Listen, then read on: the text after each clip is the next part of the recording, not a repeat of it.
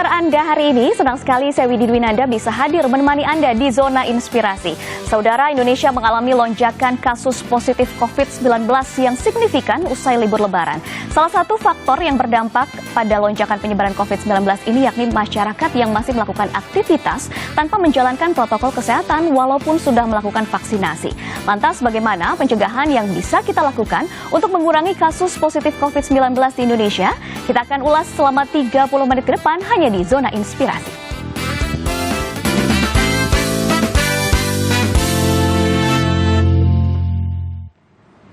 Ya, untuk membahasnya kini sudah tersambung melalui virtual sosiolog Universitas Indonesia yaitu Bapak Imam Prasojo, dan selain itu ada juga sub bidang mitigasi Satgas Penanganan COVID-19 yaitu Fala Adinda. Halo, apa kabar Bapak Imam dan juga Mbak Fala?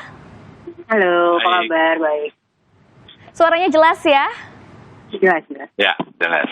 Baik, Pak Imam, luar biasa sekali pada siang hari ini ya. Kita berjumpa dan kita akan membahas mengenai tingkat COVID yang ternyata semakin tinggi. Nah, pertama ingin saya tanyakan kepada Bapak Imam terlebih dahulu tentang kondisi Indonesia dengan lonjakan virus COVID-19 ini seperti apa sih, Pak? Ya, kalau melihat dari kondisi yang sekarang ada dengan angka yang terus naik dan kita lihat kondisi bagaimana sistem kesehatan kita, ya daya tampung rumah sakit, terus tenaga medis yang ada, memang agak mengkhawatirkan. Jadi sudah beberapa tempat ya, terutama di daerah yang rumah sakitnya tidak lagi mencukupi ya untuk merawat pasien-pasien yang berdatangan, sehingga ada di lorong-lorong, ada di koridor, bahkan ada di halaman rumah sakit. Nah, kalau ini situasi seperti ini terus terjadi, saya kira akan menjadi banyak sekali pasien-pasien yang harusnya mendapatkan perawatan yang baik itu tidak bisa teratasi. Baik, salah satu solusinya adalah dengan melakukan akselerasi vaksin. Nah, sejauh ini seperti apa, Pak? Apakah sudah efisien atau ternyata masih juga banyak orang yang belum terlalu paham atau juga benar-benar ingin vaksin tapi masih ragu begitu, Pak? Ya, pertama ya dosis vaksin ya, kalau kita lihat dari laporan yang saya baca ya, yang sudah dosis kedua ya, itu baru sekitar 11 juta.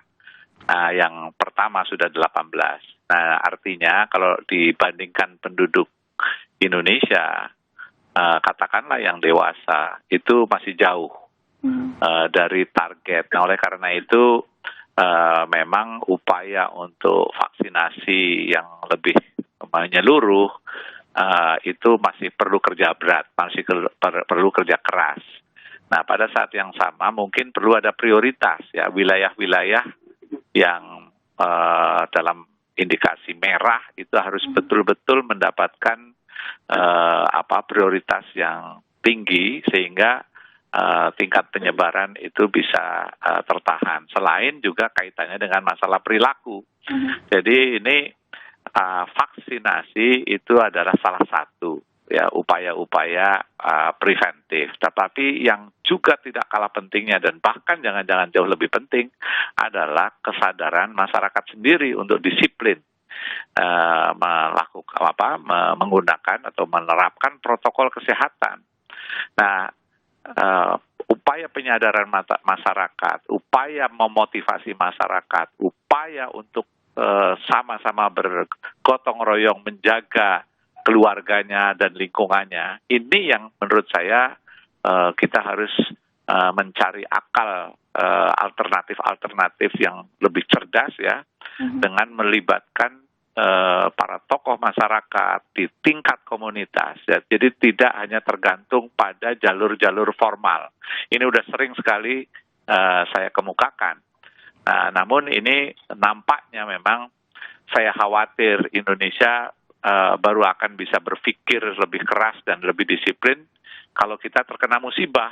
Nah, ini yang saya khawatir betul.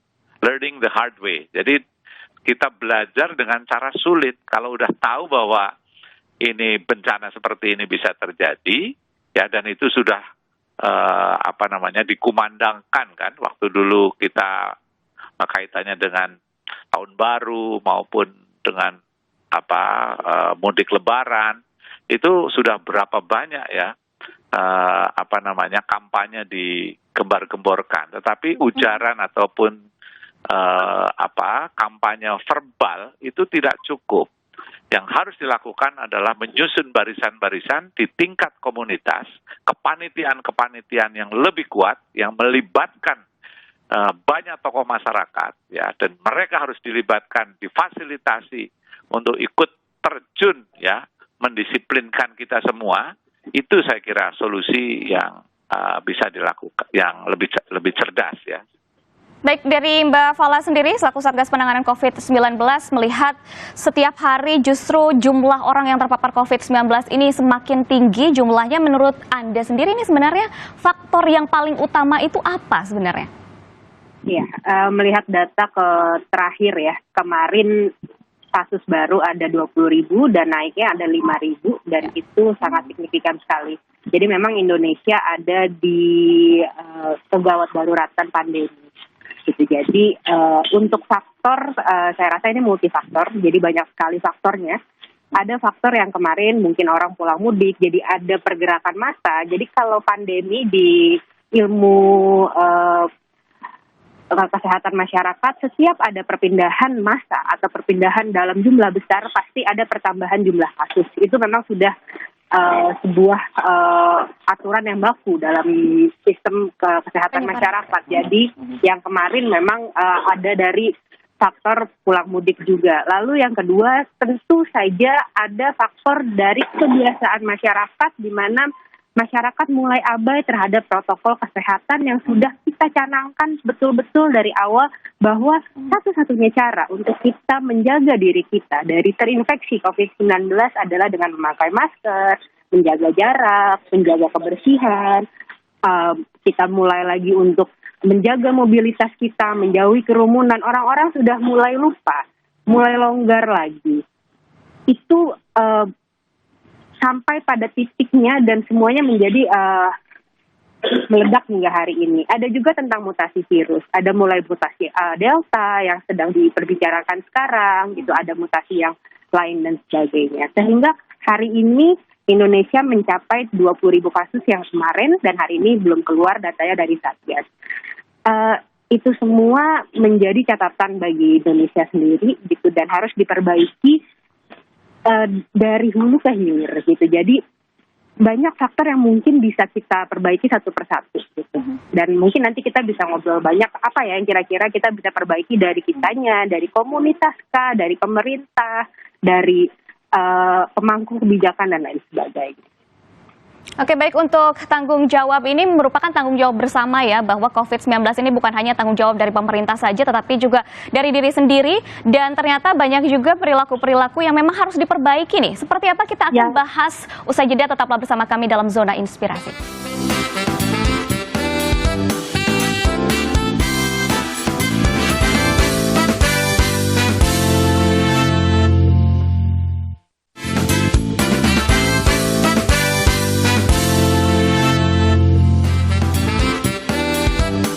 Terima kasih Anda masih bersama kami, tentunya masih di Zona Inspirasi dan membahas mengenai tingkat infeksi COVID-19 yang tinggi. Jangan abaikan protokol kesehatan. Ya Pak Imam, saya ingin menanyakan juga terkait tadi di segmen sebelumnya sudah dibahas bahwa salah satu faktor utama mengapa penyebaran COVID-19 ini sangat tinggi yaitu perilaku masyarakat yang sudah abai dengan adanya COVID-19, entah itu dengan protokol kesehatan yang tidak digunakan di masyarakat. Nah, sebenarnya melihat kondisi seperti ini, kenapa ini bisa terjadi? Apakah masyarakat sudah jenuh atau bagaimana, Pak Imam? Ya, jadi untuk suatu perilaku itu terjadi, itu kan ada dorongan dari dalam, tetapi juga ada dorongan dari luar. Dari dalam itu juga tahapannya, mulai dari dia tahu apa aturannya, kemudian memahami. Orang yang tahu belum tentu memahami, tetapi orang yang memahami belum tentu menyadari. Jadi yang paling bagus itu menyadari. Biasanya kalau kesadaran tinggi muncul, apalagi kalau dia bisa melihat, bahkan bahkan sudah mengalami itu kesadaran bahwa menjaga kesehatan dengan protokol kesehatan itu menjadi sangat penting. Tetapi yang paling tinggi adalah bagaimana mendorong orang atau orang itu termotivasi. Nah, itu motivasi itu yang menurut saya harus semakin banyak. Nah, ini saya menduga orang termotivasi itu masih kecil, ya, karena juga mungkin belum ada kesadaran, belum tentu ada pemahaman, bahkan ada pemahaman yang kontradiktif. Tapi ambillah misalnya dari sekian banyak orang, ada orang yang termotivasi. Tapi apakah ada opportunity? Ya, misalnya orang diminta untuk cuci tangan, dan itu dia termotivasi untuk cuci tangan dengan sabun dengan frekuensi yang sering. Menjadi soal apakah adakah tempat cuci tangan tersedia di banyak tempat. Nah, kalau itu tidak tersedia, orang yang ingin cuci tangan, orang yang termotivasi untuk melakukan itu juga tidak terjadi. Nah, itu jadi harus ada opportunity yang diciptakan, harus ada fasilitas. Nah, ini yang saya khawatir di Indonesia ini, dorongan untuk pakai masker, ya sudah. Saya kira mengetahui udah cukup, ya. Apakah dia memahami mengapa orang harus memakai masker? Tapi juga yang lebih sedikit lagi yang punya kesadaran tinggi, apalagi yang termotivasi. Nah, oleh karena itu dorongan dari luar menjadi penting, yaitu membuat sistem. Sistem mana? Dorongan eksternal. Menurut saya adalah di komunitas masjid, komunitas gereja, komunitas pasar, itu harus ada semacam pengorganisasian, ya, yang sedemikian rupa itu dalam tanda kutip memaksa orang untuk mengikuti protokol yang sudah ditetapkan, karena itu menyangkut keselamatan publik. Namun panitia-panitia atau kelompok-kelompok pengorganisasian yang harusnya dibangun di tingkat komunitas itu yang saya tidak lihat secara masif terjadi.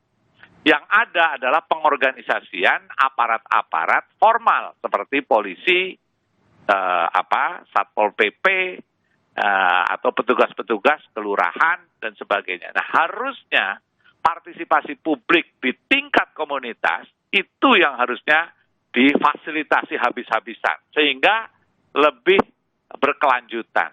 Nah, saya paham bahwa Satgas punya keterbatasan, anggarannya juga malah menurut berita ini diturunkan, ya, untuk membangun perilaku, sehingga hasilnya ya tidak maksimal gitu. Nah, mudah-mudahan dengan adanya pelajaran ini Satgas itu mendapatkan pembiayaan yang mencukupi dan konsep yang menurut saya yang harus tepat gitu. Karena kalau konsepnya masih hanya jalur formal, hanya petugas-petugas formal, maka partisipasi publik tidak terjadi dan menurut saya tidak berkelanjutan. Baik, Mbak Fala, bagaimana menanggapinya? Apakah memang Mbak Fala merasa bahwa upaya peningkatan disiplin dan penegakan hukum terhadap penyebaran COVID-19 ini memang sangat perlu ditingkatkan dan bagaimana upayanya?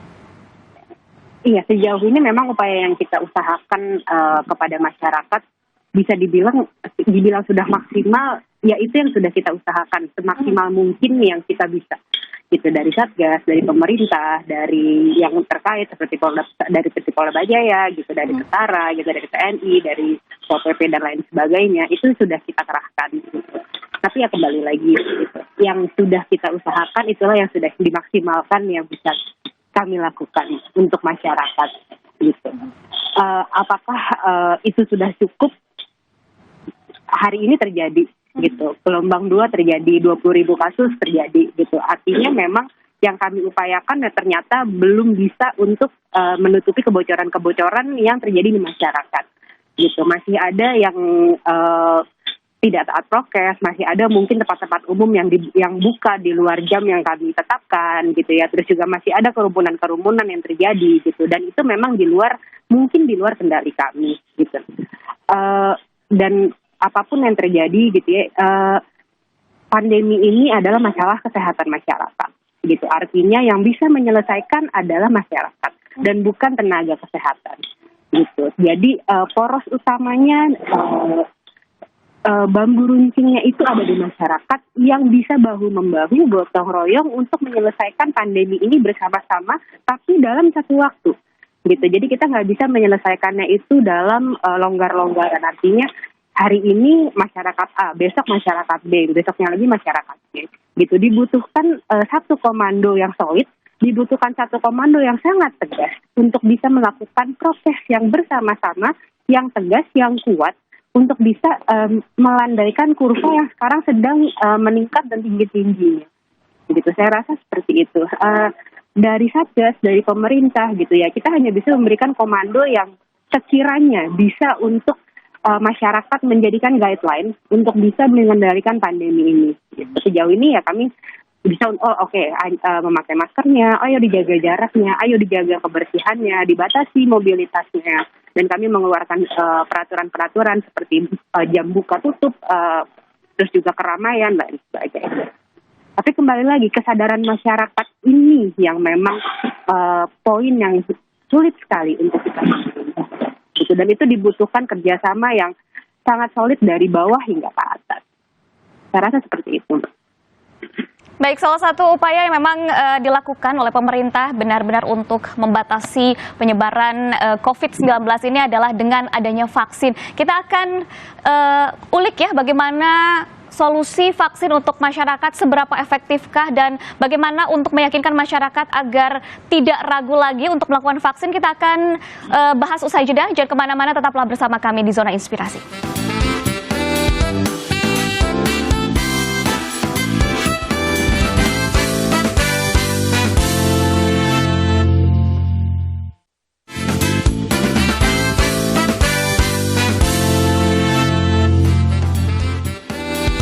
Terima kasih Anda masih bersama kami dalam Zona Inspirasi, tentunya masih ditemani oleh dua narasumber saya yang begitu luar biasa, yaitu Bapak Imam Prasoedjo dan juga Mbak Fala Adinda. Kita akan melanjutkan pertanyaan seputar vaksin ya, Mbak Fala. Ini sebenarnya untuk aktivitas masyarakat terhadap vaksin itu seperti apa sih? Apakah ada optimis juga dari Satgas COVID-19 terhadap akselerasi vaksin yang telah dilakukan? Mbak, bagaimana upayanya?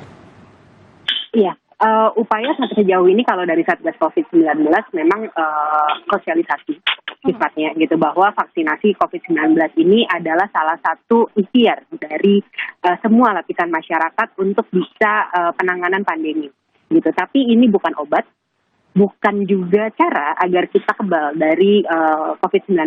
Jadi Satgas COVID-19 di sini sifatnya adalah untuk sekali lagi memberikan edukasi kepada masyarakat bahwa vaksinasi COVID-19 ini satu, sifatnya adalah aman, dua, halal, ataupun diperbolehkan di kala darurat untuk vaksin AstraZeneca, dan juga ini efektif untuk mencegah timbulnya kasus-kasus berat.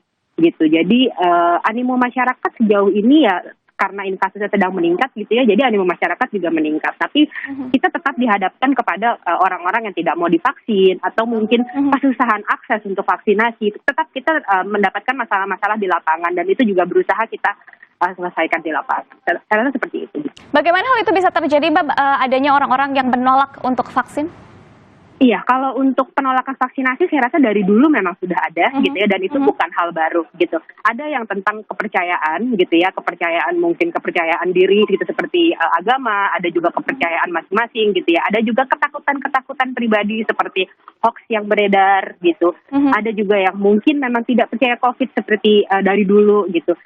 Banyak misinformasi yang beredar di masyarakat, dan itu sifatnya sama liarnya gitu. Jadi memang itu menjadi PR kita semua, media nasional, Satgas COVID-19, pemerintah, tenaga kesehatan, maupun masyarakat pada umumnya untuk stop oversharing terhadap hal-hal yang sekiranya membingungkan masyarakat, agar kita bisa memberikan informasi yang benar kepada masyarakat supaya kita bisa menggalakkan lagi vaksinasi untuk yang sekarang. Tapi vaksinasi itu banyak yang menolak, itu sudah dari dulu, dan itu sudah menjadi masalah tenaga kesehatan, masalah kami dari dahulu kala gitu. Dan itu menjadi sentimen-sentimen banyak sekali kepercayaan gitu, entah dari mulai agama dan mayoritas masyarakat dan lain sebagainya, itu banyak sekali masalah.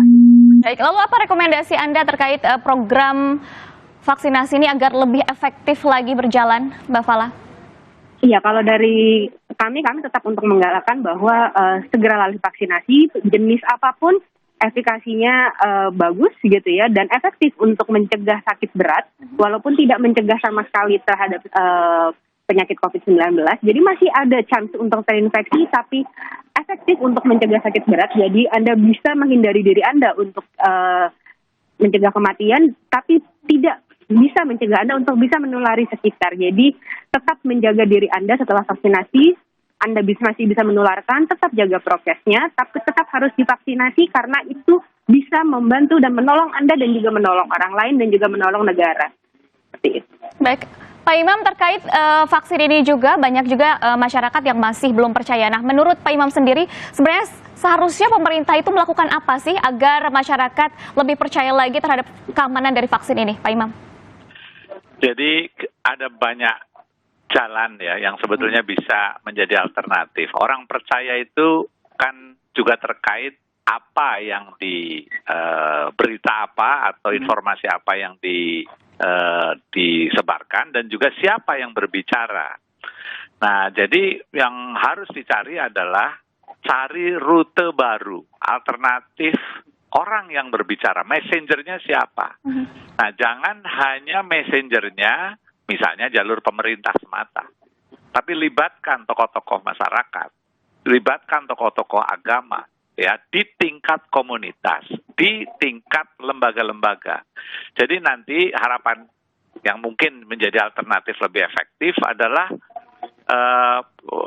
buat ketangguhan komunitas, ya, buat ketangguhan wilayah-wilayah. Jadi misalnya kalau tadi saya kira sebelumnya strategi yang sudah baik ya, misalnya dengan memprioritaskan kelompok rentan misalnya, dan itu sudah dilakukan.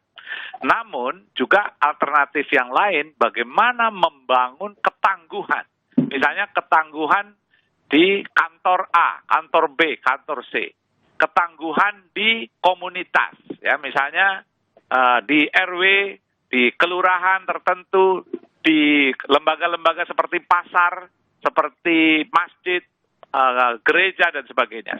Nah, itu didorong agar partisipasi masyarakat, tokoh-tokoh masyarakat di setiap komunitas, setiap lembaga itu membangun ketangguhan. Jadi jangan hanya semata-mata menandai wilayah merah misalnya atau wilayah kuning, tetapi mana wilayah tangguh. Dan wilayah tangguh itu menjadi tanggung jawab tidak hanya pemerintah, tetapi para tokoh masyarakat itu ikut bertanggung jawab di dalam meningkatkan ketangguhan komunitas. Nah, syukur-syukur barang siapa yang ikut terlibat di dalam membangun ketangguhan komunitas itu diapresiasi, diberi fasilitas untuk mengkampanyekan itu dan ikut mengorganisasikannya. Saya kira gerakan dari bawah itulah yang jauh lebih strategis, itulah yang harusnya dibiayai. Harus ada berpikir out of the box, harus ada evaluasi terhadap kebijakan-kebijakan yang selama ini ada. Kalau tidak, ya seperti sekarang yang terjadi. Jadi harus cari rute lain, harus cari jalan yang lain. Baik, Pak Imam dan juga Mbak Fala, terima kasih. Intinya adalah bahwa semua ini dari penyebaran COVID-19 yang semakin meningkat ini bukan hanya tanggung jawab dari pemerintah, tetapi juga dari diri sendiri. Kita semua bertanggung jawab. Dan tidak terasa ini 30 menit sudah berlalu, Pak Imam dan juga Mbak Fala. Terima kasih banyak atas waktunya. Dan dengan adanya vaksin dibantu dengan kesadaran masyarakat, semoga dapat memulihkan dan membangkitkan Indonesia dari pandemi COVID-19. Dan saya ingatkan selalu untuk mematuhi protokol kesehatan dimanapun Anda berada. Saya Widi Dwinanda pamit undur diri dan sampai jumpa lagi.